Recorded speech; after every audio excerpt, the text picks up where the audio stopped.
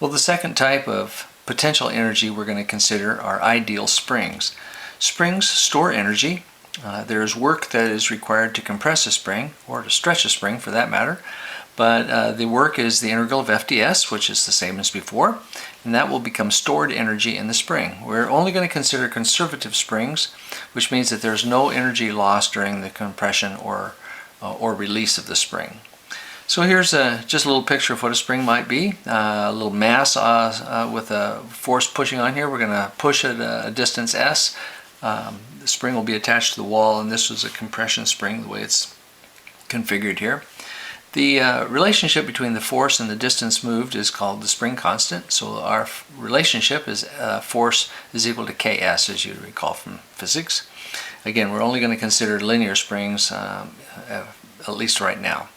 So here's our equation. The integral of FDS is the work, which is also the energy. The force is Ks, so if I plug force into there, I got the integral of FDS, which is equal to the integral of Ks ds. Integrate that, I get 1/2 Ks squared. So this is going to be our expression for spring energy, 1/2 Ks squared. The other thing to note is that energy is always positive, again, same as before, but it's going to be positive in both compression and extension. And you can kind of imagine this is that you're stretching a spring, there's going to be positive energy, but there's going to be work and also energy stored in a spring that's being compressed or extended. It doesn't really matter. All right, so here's our energy equation, the same as we had before. T1 plus V1 plus U naught is equal to T2 plus V2. And recall that kinetic energy, capital letter T, is 1/2 mv squared, and we're always going to have an implied sum of in all of these terms because we'll have multiple particles perhaps. And then in potential energy now we're going to have the sum of the potential energies. We had mgh before, and now we have 1/2 Ks squared, and the integral of work of non-conservative forces is the integral of FDS. All right, so here's a picture of a little spring, and let's just do this very easy problem. But let's say we have a mass of 5 kilograms, and we're going to push on it with a force of 25 newtons, and we have a spring constant of 20 newtons per meter and a coefficient of friction here of 0.2. And what we are asking for is at what distance is the speed equal to 1 meter per second. So again, we'll start with our energy equation. And in this case, we're going to need some complete our free body diagram. So I'm going to put my mg coming down. I know there's a normal force, and because I'm going in this direction, the force of friction will be resisting that, and that'll be going in that direction. And again, it is slipping, so force of friction will be equal to mu normal, and in this case, because we're on a flat surface, it'll be mu mg. All right. We're going to start this problem where, again, it's on a flat surface. We're going to start from rest. So if I start from rest, my beginning kinetic energy is equal to 0. Not raising up any elevation here, so there's not going to be any change in mgh. At the beginning of the problem, there is no compression in the spring, so my beginning compression is equal to 1/2, or is going to be equal to 0 as well. I do have some friction, or excuse me, some work. I'm pushing at a distance, and I'm going to have some resistance coming back with friction. So let's go ahead and put all of our numbers in here. I'm going to say that my not conservative work is equal to the force that I'm pushing it times the distance I move. It's being resisted by the force of friction times its distance by the same distance. That's the work. At the end, I'm going to have a 1/2 mv squared. And also, now I'm going to have a 1/2 Ks squared. Okay, so I could probably put some numbers in here. Let's say 25 times S minus mu mg, and mu mg would be 0.2, and m is 5, and g is 9.81, and again, that's times distance S is equal to 1/2. The mass is 5 v squared. That's what we're looking for. No, actually, that's given, isn't it? 1/2 v squared, so I can say that that's 1/2 1 squared. 1 squared, good. And then that, and then equal or plus 1/2 k, and k is 20, and s squared. That's what we're looking for. Okay, so looks like I've got just one unknown in here, so let me combine all my terms. I'm going to say 15.19 s is equal to 2.5 plus 10 s squared. So we have a quadratic equation. It looks like they're, as with quadratics, we have usually have two, well, we always have two roots. May not be always two real roots, but we'll have two roots, and one of them, we may not have both of them be the correct solutions. But anyway, I solved this quadratic on my calculator, and I said s is equal to 0.1878 and 1.33. Okay. Now, which one of those roots is the correct one? Well, just look at our problem again. We're pushing at a distance, and what we're trying to find is the distance that the speed is equal to 1 meter per second. So apparently we're gaining some speed here, and if it's got two roots, again, I don't know if this root is a good root or not. 1.33. I don't know which one it is. So let's find out at what distance it stops. And you can again see I'm going to continue pushing here until it stops, and it may be pushing back on me. I don't know. But let's say at what distance it actually stops. So I'll set up my energy equation again. T1 plus V1 plus U non is equal to T2 plus V2. Again, that's 0 we start with, that's 0, and now this one is going to be 0 as well. The ending condition of 1/2 mv squared is equal to 0, so I'm going to say that 25 times distance s minus force of friction times distance s is equal to 1/2 ks squared. In this case, we're not going to have to do the quadratic because we've got an s in each term, so I'm going to say that 25 minus mu mg, which is equal to 0.2 times 5 times 9.81 is equal to 1/2 times 20, so that's 10s, and s is equal to 1.519. Interesting. Okay, so it starts at 0, it starts at rest. I'm pushing on it until it gets up to a speed of 1 meter per second at 0.1878. Probably has it's gaining speed, and then it comes back down again and has a speed of 1 meter per second at 1.33 meters, and then it finally stops at 1.5 meters. So it looks like both of those routes are real, and both of them are good solutions to the problem. Okay, let's talk about moving on to conservation of energy, but let's just review where we've been here with work and non-conservative forces. Work due to non-conservative forces is lost. It's either lost due to friction or pushing or pulling forces. It is energy that does not come back to us. It gets used up in some way, so it can't be reused or stored. So our equation, U is equal to the integral of FdS. This indicates that it's a path related, and that the work is path dependent. In other words, the longer the path, the more work is required or expended. The conservation of energy, however, is a special case of our general energy situation. And in the conservation of energy, we only have work due to conservative forces, and work due to conservative forces are path independent, and they can be stored and become potential energy. And our capital letter V is potential energy. So what becomes potential energy are ideal springs, gravity, and these are the two items, but usually frictionless surfaces sliding lend itself to conservation of energy kind of thinking. The energy change between one to another is path independent. In other words, it doesn't really matter what the shape of the path. If I have some energy here and it gets converted to a different kind of energy, it doesn't matter if the path is long or convoluted or kind of short. So we're going to use several techniques in both XYZ and NTB. We're going to always consider our general energy equation of T1 plus V1 plus non-conservative forces, non-conservative work, is equal to T2 plus V2. And the special case, again, with the conservation of energy is when when non-conservative work is equal to 0. In other words, there's no pushing or pulling or friction forces, then that term goes away and we have the conservation of energy equation. All right, so let us begin then with a spring problem. And let's just look at this guy. We've got this weight, he's up here on the top of a hill or at a position here. He's going to slide down the hill, and he's going to try to compress this spring, and our objective here is to find out what the distance that it becomes compressed. Determine the maximum compression of the spring. The block weighs 6 pounds, and you can see he starts at a height of 2 feet. There's a pathway here that's parabolic, and so our understanding here is that potential energy at A becomes kinetic energy at B before becoming potential energy again at C. In other words, it's going to convert all of its energy from potential energy into kinetic energy, and then the kinetic energy compresses the spring and becomes potential energy again. So let's just look at what the numbers might be. If we go from A to B, we have our energy equation. We have an mgh. We're starting from rest, so there's no 1/2 mv squared. We have a height, so we have an mgh.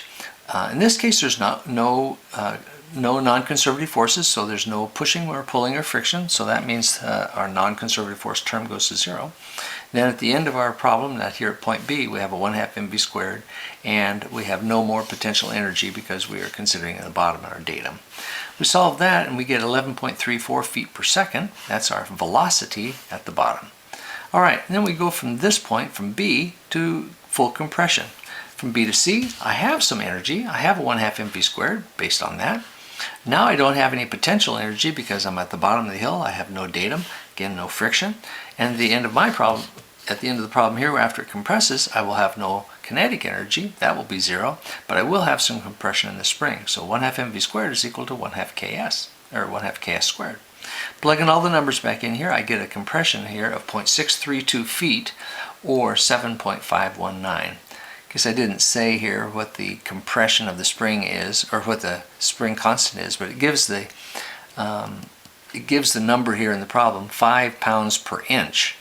5 pounds per inch is 60 pounds per foot, and we have to keep our units straight here because we're in a feet and pounds system, so I have to convert it to 60, and that's where I get my 0.632 feet. Then I can convert it back to inches if we want to. All right, so you can see I did this in 2 steps. I took potential energy here, converted it to kinetic energy, and then from kinetic energy back to potential energy due to the spring. As we have done last time, with energy, it's very convenient. We can do things all in one step. So what I'm going to say here is I'm going to start at the top, and I have no kinetic energy. I have some potential energy, again, no work. At the end of the problem, with the spring fully compressed, I have no kinetic energy, but I do have spring compression. And so I just plug those numbers in here, and I get exactly the same thing without doing the intermediate step of stopping at B. And that's really the handy thing about energy, is we can do fairly complicated problems from just looking at the beginning condition and the end condition.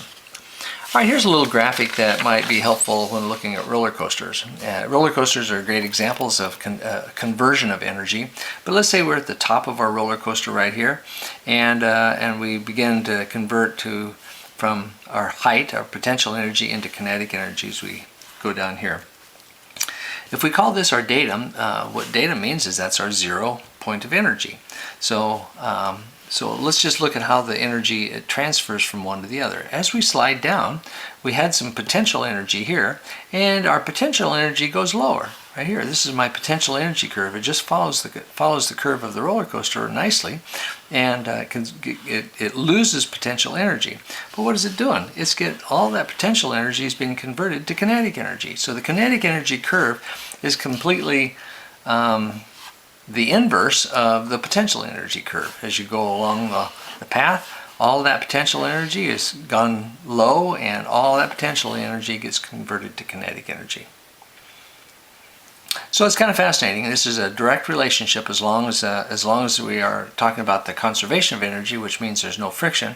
And actually, not having friction is a fairly good approximation for many realistic problems, like things that roll with wheels, where there's very little friction involved. Especially a roller coaster may be steel wheels on maybe a steel track or something like that, where there's very little friction involved. We do have a very conservative energy transfer between one type of energy to another. All right, with that, let's talk about this roller coaster then. Here we're at the top of a roller coaster, and we have been given an initial speed of 5 feet per second, and we're going to go down here, and then we're going to get this bottom. We're going to hit the bottom, and we know that from our previous work, the normal forces get pretty high here at the bottom of the curve, and then we're going to go back up again. So what we want to do is design this roller coaster such that we have a maximum normal force of no more than 3.5 times our weight. Okay, no more normal force than 3.5 times the weight. All right, so again, we're going to stop at we're going to have a beginning speed at the top, and what we're looking for is our unknown in this problem is what the radius of our instantaneous radius of our curve is. Okay, so we recognize this as an energy and an NT problem because we have to find the speed. First, we have to find the speed at the bottom, and we can do that easily with our energy equation. So T1 plus V1 plus U naught is equal to T2 plus V2. At the beginning of our problem, I have a 1/2 mv squared, don't I? Have a speed at the top, so I have 1/2 mv squared. I also have some height at the top, so I'm going to up 120 feet, and so I'm going to put both of those things into the beginning of my problem. I'm calling the datum the very bottom of the roller coaster down here, the floor. So I have some energy to start with, and at the end of the problem, I still have some potential energy which I need to account for. All right, so I have 1/2 mv squared at the top. I have an mgh at the top, and there's no work, so no friction in this problem. So that's term is 0. It's conservation of energy problem. At the end, I have a 1/2 mv squared.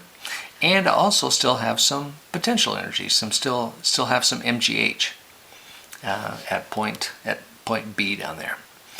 You can see that the masses all cancel out of here, so we weren't given a mass, and I guess that's a good thing because we wouldn't have been able to solve the problem if we needed it. So since the masses cancel, we can solve for the only unknown in our equation here of velocity at the bottom, which is VB, and we can see that that's 84 feet per second, given that lofty height that we started from.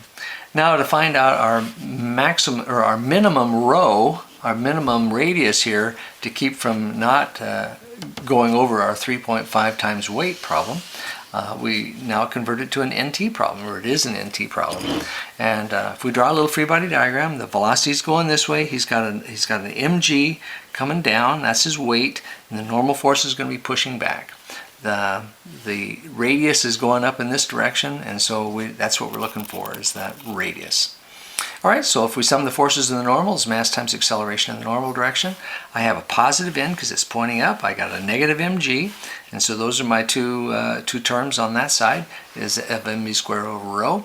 I've solved for my v, and what I'm looking for is that normal force is no more than 3.5 times my weight, or 3.5 times my mg. So normal is 3.5 mg, plugging that into there, I got 3.5 times, or minus 1, so that's 2.5 mgs, and I guess I got that down here, 3.5 mg minus 1 mgs. And in my numerator, if I'm solving for rho, I'll put rho over there and put mv squared over here and put these two guys underneath that. And solving for rho, I can get that that's equal to 88.3 feet. So anyway, fairly tight radius here at the bottom. But with that tight radius, we can keep from exceeding our. Well, actually, that's not a very tight radius. That's a pretty big radius on a fairly large roller coaster. We don't want to have a very tight radius because that means our normal force would even be higher. So. All right, so just to sum up where we are with energy then. Energy is a good approach when you have endpoints. And what we're talking about endpoints is we have a beginning point and an end to our problem, and we don't really care much about what happens in between. If distance and speed and constant force, or force is a function of s, we did a problem like that, then energy is a good approach. It is not a good approach when acceleration is needed or given, or when time is involved. In other words, if the force is a function of time, or force is a function of velocity, then the energy type approach would not be very good. All right. So gravity and springs and potential energy are good indicators that it might be a good energy problem. The last thing to know is that, or to remember then, is that if there's no friction, then the energy transfer is path independent. So if you have a box, it doesn't matter what the shape of the path is, how steep the path is, any of those things, or whether you just drop it off a cliff. At the top of the hill, you have an mgh. At the bottom of the hill, you have a 1/2 mv squared. And that's the cool thing about energy is mgh equals 1/2 mv squared. And in all these cases, and it doesn't matter if it's a box sliding down a ramp, it could be any shape, or if you have a string at the end of a weight at the end of a string. You could drop it straight down, or you could let it go, and what you have at the top is mgh, and what you have at the bottom is 1/2 mv squared. All right, well, we'll do some more in class. Thank you.